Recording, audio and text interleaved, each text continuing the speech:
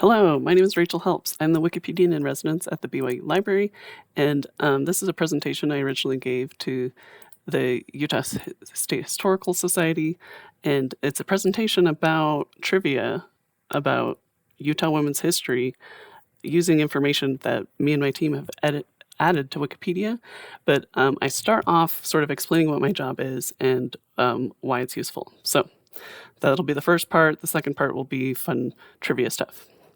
Okay, so what is a library worker doing editing Wikipedia? My work overlaps with many values of modern librarianship. Librarians often use information about what books are most popular to see what their patrons want to know about. Similarly, I try to figure out what kinds of pages on Wikipedia readers want to read based on how popular they are. Another thing that librarians try to do is meet patrons where they're looking for information. If patrons are looking for information online, we don't insist that they look at a reference book to find the information that they want. We create guides and summarize information for convenient access, and also tell patrons where to find out more. Wikipedia pages can do that too. Knowing this, what are the main obstacles to making scholarship on Utah women accessible? There is more research now on Utah women's history than ever before. However, it can be difficult to find, even for an experienced researcher like myself. A lot of it is hidden in print-only sources. Sometimes no amount of Googling will help you find information you can only find in a book, unless it's indexed on Google Books or something similar. Researchers have worked hard to publish their findings. How are people supposed to know about it, though? Even books and articles that are freely available online are difficult for the average person to discover, especially if they want to know one specific thing. And then, once you finally find the source you need, it can be difficult to understand. One solution to these problems is to summarize and cite information on Wikipedia. Wikipedia is the 7th most popular website on the internet. Full stop. Information from it is used by Alexa, Siri, and Google's Knowledge Graph, and many people use Wikipedia when they are just starting to research a subject. You might be wondering what the Google Knowledge Graph is. It's the sidebar on the right-hand side of a Google search. Here's an example of how the graph changed before and after I created a page for the Clingers. Before, it took information from the group's Facebook page, a very talented bunch of Mormon sisters from Utah. After, it takes the about from the lead of the Wikipedia page, one of the first rock and roll girl bands. Given this knowledge, my proposed solution for the problem of accessibility of scholarly sources on Utah women's history is to summarize and cite them on Wikipedia. If a reader wants to know just a little bit, the Wikipedia page will be enough for them. If they want to know more, they can follow the citations to sources that give them more detail. I like to think of these citations like little breadcrumbs that lead to more serious scholarship. In addition to making research more accessible to the English-reading populace, there is evidence that if we summarize and cite research on Wikipedia, that it will be more likely to be cited by other scholars. If you want to know more about that, you can see my post at the Scholarly Kitchen on the topic. To review, here are the main obstacles I identified again. Hidden in print, available online but hard to discover, and difficult to understand. Here are some examples of citations on Wikipedia creating those breadcrumbs in each of these categories in order. So, here's some examples of excellent books about Utah women. One of my students used Worth Their Salt Too to expand this page for Algie Bailiff. It was a core source. You could tell we used it a lot of times. And when I was researching for this presentation, I found out that the book is freely available online, so I should go add a link to that citation. Here are some examples of articles about Utah women that are freely available online for anyone to read. But most people aren't sifting through scholarly repositories for light reading about Utah women. Another one of my student editors expanded the page for Jenny Anderson Froiseth, and she cites this thesis on Utah's Anti-Polygamy Society. There are also excellent web pages that host scholarly information that is cited on Wikipedia. Here are 3 examples. The Century of Black Mormons project, published by the University of Utah Library, documents research on Black Mormons with biographies written by scholars. It includes biographies of Black saints, like this one of Jane Elizabeth Manning James. We recently updated her Wikipedia page to cite the scholarly biography of her. The Better Days 2020 project has biographies of Utah women also written by experts. I love the illustrations that go with them. One of my former students went on to intern with Better Days 2020, and she cited this biography of Maud May Babcock when she expanded that page. Utah's History to Go by the Utah State Historical Society collects scholarship from past publications on Utah's history. Actually, when we cite an article like this, we try to cite the original publication information. However, other editors have cited the old version of Utah's History to Go, which you can see in this Wikipedia entry on Ann Bassett. Sometimes books and articles are difficult for an average citizen to sift through and understand. No shade on Daughters of the Utah Pioneers. They've done so much work to document Utah's women. But this excerpt is a little hard to read.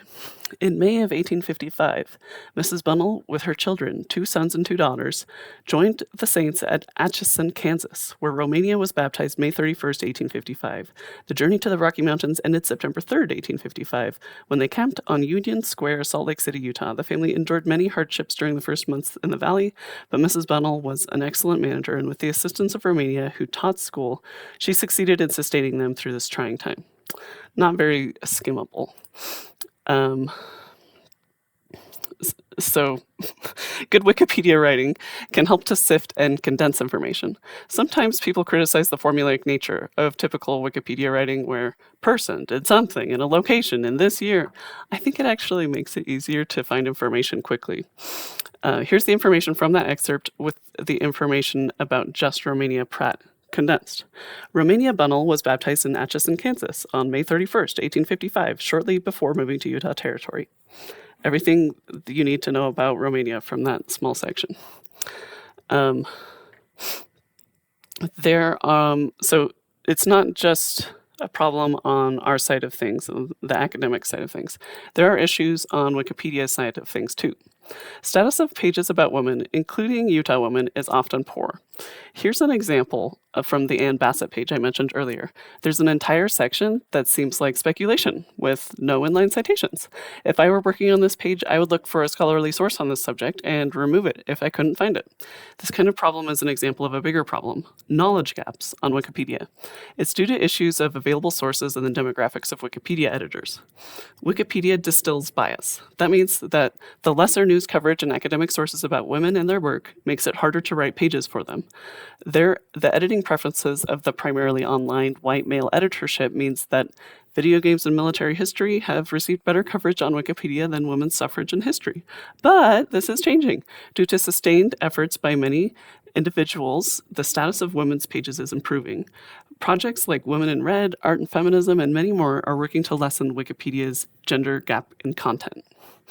Okay, so are you on board with why editing Wikipedia is useful and important for information professionals? Let me give you some examples of work that I and my students have done on Utah women's pages, starting with Susie Young Gates. Before we started working on Susie Young Gates' page in 2016, it was a stub with no subsections, and a third of it focused on her personal life. I know, pretty bad. After my students, Alyssa and Natalie, made extensive edits, the page has sections on her early life, education, career, writings, and personal life. Is the page too long now? Every time I look at it, I wonder that, but Susie Young Gates was a busy woman. She did so much work with LDS church organizations and her creative writing. We also added this great photo of her from our archive. Another example of the work we do is to create new pages. My student Alexis created a page for Aslung Haviland, a woman known as Utah's Helen Keller. After losing her hearing and vision to scarlet fever at age 12, she immigrated to America and learned English. It's remarkable to me that she was able to learn a second language with her disability. She became an inspirational speaker, and when she received her citizenship, her friend translated the citizenship oath for her into palm signed language. She also received a scholarship to attend a 9-week ceramics class. Anyway, now when you Google her name, you can find this Wikipedia page that summarizes information from reliable sources about her. Okay, so we're done with that first part of who I am and what I'm doing and why.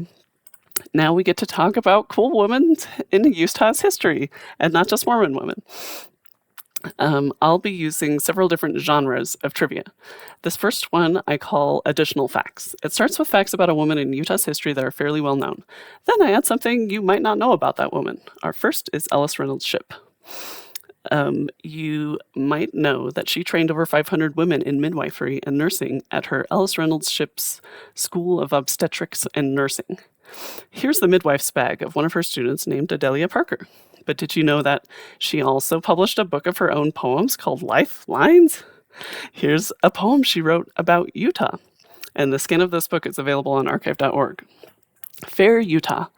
Low in the west, a shining star bursts through the lurid maze. Fair Utah, beaming from afar, enchains the ardent gaze, inspiring heart and soul and brain with fancies words cannot contain.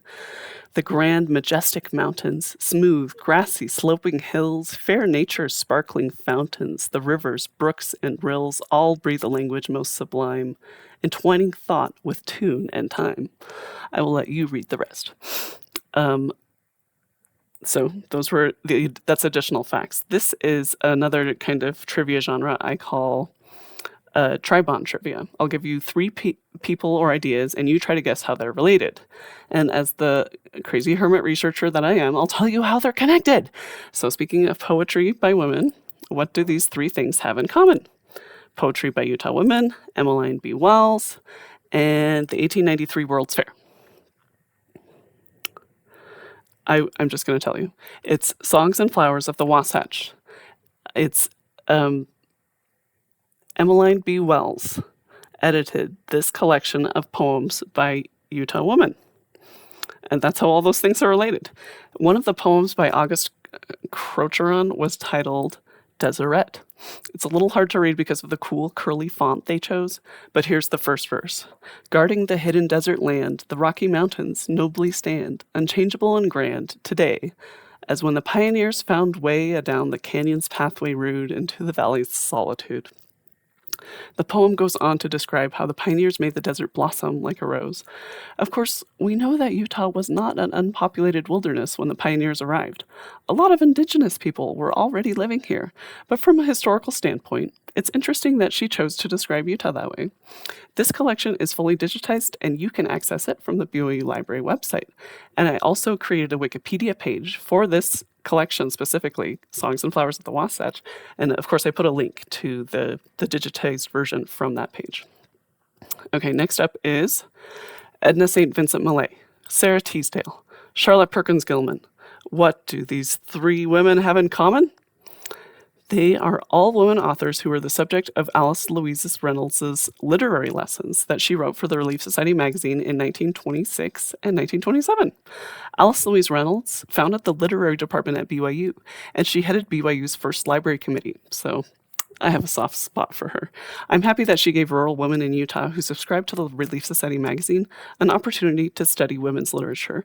She does a brief reading of Edna St. Vincent Millay's The Pear Tree, where a beautiful pear tree in a squalid, dirty dooryard reminds the poet of the waste man's little daughter in her first communion dress. This sentence about Sarah Teasdale, wait, where did I go? Okay. Baffles me. Reynolds said that Teasdale holds sincerity in high regard. She says, the sincerity may be actual or it may be imagined, but it must always be real. I think she might be talking about fictional representations of sincerity. I'm not sure. I like that Reynolds mentioned that Charlotte Perkins Gilman fought for women's suffrage, but I didn't know that Gilman had written poetry too. I was curious, so I read on in the lesson. Gilman's poetry was about women's issues and divisions of class. Here are the last 4 stanzas of her Hardly a Pleasure. The poem contrasts the experiences of a rich woman complaining about the slight discomforts of first-class travel with the real discomforts of the working class. She stepped airily out in the morning when the porter had brushed her a while. She gave him a silver dollar. He gave her an ivory smile. She complained to her friends that morning of a most distressing dream. I thought I had heard in the darkness a sort of jolting scream. I thought I had felt in the darkness the great wheels joggle and swing. Traveling's hardly a pleasure when you dream such a horrible thing. They crept shuddering out in the morning, red spots with the coal's black stain. Traveling's hardly a pleasure, said the 2 men under the train. All right. Enough poetry. Let's move on to politics and public discourse. Here are our 3 women, Jenny Anderson Froiseth, Eliza R. Snow, and Alice Louise Reynolds. So you already know a little bit about Alice Louise. You might recognize these other people. What do they all have in common? All 3 founded or inspired the founding of literary clubs in Utah. Jenny Froissart was a non-Mormon who founded the Blue Tea in 1876. Froissart was anti-polygamy to the extent that she opposed women's suffrage in Utah until polygamy was done away with. An offshoot of the Blue Tea became the Ladies' Literary Club. Eliza R. Snow and her brother Lorenzo founded the Philosophical Society in Salt Lake City in 1854 until 1855. Eliza described the society's meetings as a magnificent moral, intellectual, and spiritual picnic. Unfortunately, church leaders shut the group down, saying it had an adulterous spirit. Alice Louise Reynolds' fans founded multiple chapters of the Alice Louise Reynolds Club to promote sharing ideas about literature and the arts. The first chapter was founded in 1933. This chapter up in Salt Lake City was still meeting in the 1970s, 40 years after Reynolds' death. Okay, this is just an example of the program from the Alice Louise Reynolds Club. There are some additional facts that you need to know about Jenny Froissart. She also founded a retirement home for women called the Sarah Daft Home. She organized it in 1911, and it is still in operation over 100 years later. Now it's time for Two Truths and a Lie, a game we'll play about two contemporary Utah women authors. So, the game is, I'm going to tell you three things, and two of them are true, and one of them is a lie, and you have to figure out which one is the lie. Okay, so which one of these is the lie about Shannon Hale? She was in an improv comedy group in college. Her graphic novel, Unreal Friends, details her imaginary companions as a young girl. She wrote and submitted 100 short stories while pursuing an MFA in creative writing. None were accepted. Which one's the lie? It's this one about a graphic novel. She did write a graphic novel trilogy memoir about her youth, and one of the books from it was called Real Friends. She did not discuss imaginary friends in it, at least not extensively. Okay, that is not true. Oh, okay. Two truths and a lie. Laura Hickman. She was one of the first women to write and publish an adventure module for Dungeons & Dragons. Her work on a module about a vampire, Ravenloft, was described as the first story-based D&D campaign. She wrote dialogue for the Dragonlance video game. Which one do you think is the lie? This is the lie. While she and her husband Tracy worked on the Dragonlance books and universe, as far as I know, there has not been a Dragonlance video game. So that is incorrect. Next, we're going to play a matching game. Can you match the women with how they earned money as a young person? Which one of these women babysat and milked cows? Who do you think did rope tricks and Native American dances to earn spare cash? Who performed and taught piano to augment their income? Well, okay. It was Minerva Teichart who did the rope tricks while she was studying at the Art Students League in New York City. She also sketched cadavers for medical schools. Put that art degree to use, right? Phyllis Barber actually majored in piano performance for her undergraduate degree. She is a contemporary writer of the American West. Celestia Taylor, an English professor at BYU who wrote a homemaking column for Leaf Society magazine. She babysat and milked cows for her teenage work. We're going to learn more about her later, but here's her Wikipedia page on how she was in high demand as a babysitter. As a teenager, she was in high demand as a babysitter because she would often wash floors or iron shirts at the same time, feeling compelled to do unfinished household chores. Wow. Okay, we're going to take a break from trivia for a minute for me to tell you an inspirational story. Lucinda Lee Dalton's page was the first I ever created. Dalton was a frequent contributor to the Woman's Exponent. She was strongly in favor of women having more rights, like the right to vote, to be educated, to own property, and have control over their own money and custody of their children. There was a problem, though. I couldn't find a photo of her. For a while, her photo had a photo of Alice Louise Reynolds on it. An astute editor noticed the incongruity, which was duplicated on a few other pages about her, probably because of a poorly captioned article about several women from the era that mentioned Dalton but didn't have a photo of her. So, thanks, Animal Party. I thought we would be stuck without a photo of her, but a descendant of Dalton's sister Annie emailed me saying he thought that they had found a photo of her in our very own George Anderson photo collection. Let's zoom in so you can see better. Who is she? The metadata simply identified this person as Mrs. Dalton. I wanted to rule out the possibility that this was one of her sister wives, because they would all be Mrs. Dalton, right? I was cautiously optimistic and asked for more information. Another descendant provided me with more details, and since none of her sisters or sister wives taught school, it seemed likely that this was Lou Dalton. I put it on her page with an appropriately hedging caption that it is likely Lucinda. Now we're going to play a game called Guess Who. I'll describe a person and you guess who it is. I'll give you 3 choices of the woman it could be, so it's a little easier than tribond trivia. Okay. Who wrote a libretto for the Sundance Opera, was a member of the General Federation of Women's Clubs, ran voter registration drives? Was it Janie Thompson, Celestia Taylor, or Zitkala-Sa?